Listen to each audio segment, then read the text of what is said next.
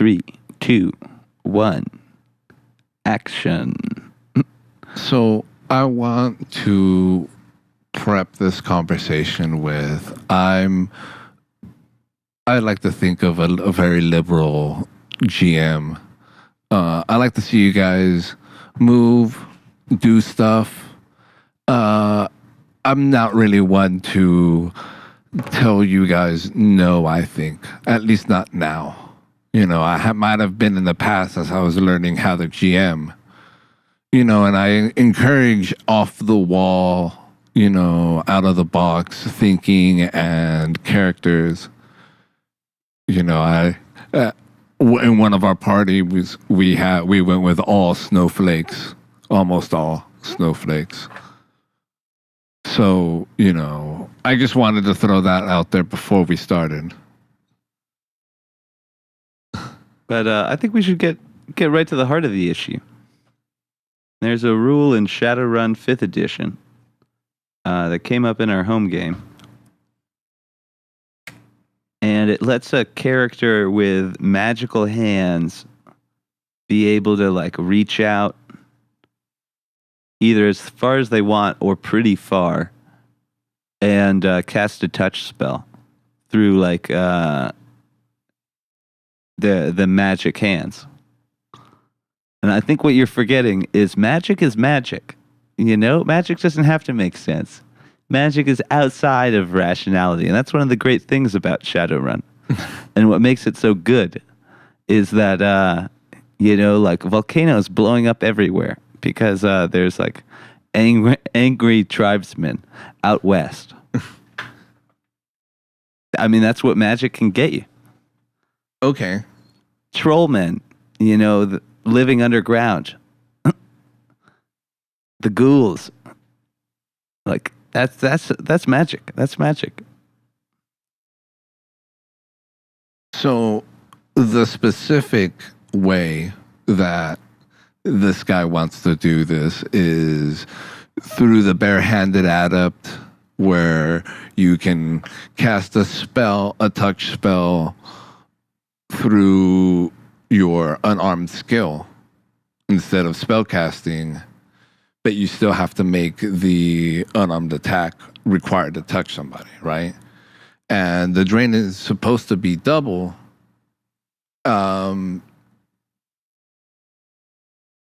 So what this guy... What's the drain double on? On the spell. The touch spell that you're caught, that you... Well, there's limitations too. In the Buddhist adept, you can only do it as high as your, like, some level. Some level that he is pretty low at, because I think he can only cast like a Force 3 spell ever. It's the maximum force of the spell can be magic divided by 3 rounded up. Magic divided by 3 rounded up. Yeah.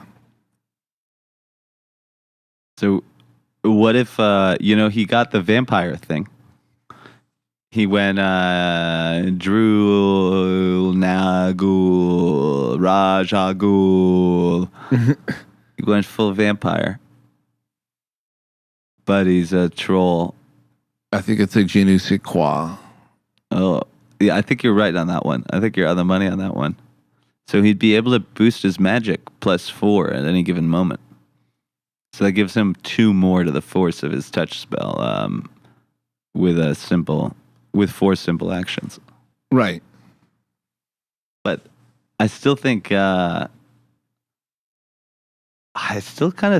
way he put it out there, it sounded good to me. I just broke it down in the rules. Mage Hands is not a touch spell. Magic Fingers is not a touch spell. No, it's not a touch spell. What type of spell is it? It is a manipulation spell. Yeah, but it's like a line of sight spell? Yes. So why wouldn't he be able to use, because I believe the key line, we can't say too much from the book, but the key line here is, for all intents and purposes, it acts as your real hands. Let me see. Let me read it again. Because I think that I'm kind of remembering this argument. I think that's what it came down to in the end, was this all intents and purposes line. I hear that. I'm not, and I don't argue that the hands become your hands for all intents and purposes. What I say is that it's not a touch spell. Touch Would spells. a touch spell be an intent? I think it would be a purpose, and you could have intents with those purposes. Hold on a second. Let me see if I can find a touch spell here. Where? Oh, what book is? Isn't it Magic Fingers? Magic Fingers is in the core rule book, and it is. I think I don't know. I'm on page 90, and I'm in 290, and I'm in illusion spells. I'm in 294, and I have it. Okay, I'm going up to. I'm gonna go to nauseate, because I know that's a touch spell. And like the other thing is because he's an adept that can touch these touch spells. Would you say unarmed combat is a skill? Yeah, I'm not saying that he can't punch people. He couldn't. Well, in the rules it says you can use skills remotely with magic fingers. So why can't he use his unarmed combat skill remotely? Oh no, that's not what I'm saying. Is that he can't do? He could do that. Yeah. And when he's doing an unarmed combat from this Buddhist barehand adept, he has a power that grants him the ability, when he's using the unarmed combat skill, to do a touch spell. Yeah. So it seems like all the barriers, there's no barriers from that side. No. I guess not, no. The problem here is that he is an adept, right? Is it an action? No, it's the fact that... No, casting a touch spell, would that be an action? Yes, that would be included in your... Or perform any other action using magic fingers as if they were your own real hands. So the reason I'm saying that it's not possible is because touch spells have a range of that are specifically marked as a touch spell. Death touch. That's a touch spell for sure, right? It says it in the rules quite clearly under range T. At the beginning of the But see, he wouldn't be able to attack anyone with them anyway because of the actions, right? Well, he wouldn't be able to... It would be a simple action to cast it recklessly, and then he needs a complex action to attack with it. He can't cast a spell. He can't cast magic fingers. It's not a... Well, he took the power to cast one spell. He got another bonus that allows him to catch one spell. So he got the adept spell? Yeah, that was his one spell. So he paid he paid a lot. He paid a full power point for the ability to cast magic fingers, because he felt he had no range. Well, so yes, technically he can do this in the rules, but I'm going to... But isn't it cooler than him going like fireball? I'm going to quote... I'm going to quote Jeff Goldblum here. You spent so much time asking if you could, you never stopped to wonder if you should. Here. Well, I know why he did it.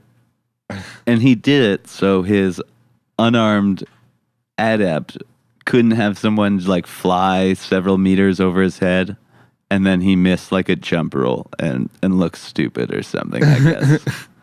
Because he's like so strong but can't catch someone on like a cliff and had no range. Like he could have done that with another spell that did the same thing. Because that's the only way he's probably going to use it. But the magic fingers gives him the ability to do something else. I guess the key problem is that he does like 24p damage. Like, but he wouldn't have 24p damage when he did that. Yeah. Because the elemental body's power he rocks with that is around your skin. Yeah, that wouldn't travel with your no. magic hands. There's nothing about skin. You can use them as if they were your own real hands, but they're not your real hands. So elemental body doesn't travel with it. But I still think since casting is an action, or since unarmed combat is an action, and he can do the action with the fingers. My character has 5 karma right now. And I think I'm going to use that to learn the control thoughts spell. So I feel like that's really our only way of taking this guy out, if it comes down to it. I'm statting reflect meta magic with my next 26, I think. Oh, nice. That's a good one. Yeah, so that way you got to take the shielding one first, and then you take the reflection. Yeah, because I was going to go geomancy and one more. Or take Way of the Warrior, so I could get Domain of the Warrior. So I could blow up bombs and then have pluses to my magic for like causing maximum destruction and being as a background noise created by like a violent act. So I could blow up bombs with like the FAB, the fluorescent whatever, the magic background count increasers. Yeah. That let the bombs go above like -6 or whatever and get it even higher. And that would increase my magic even higher, man. Yeah. So I could blow these like scorch the earth policy here. These big, biological bombs that like I would be very powerful magically and like extremely powerful. And everyone who doesn't have this Domain of the Warrior, like a band of domained warriors would have to come after me. Or just a bunch of mundanes just charging in there. Background count be damned.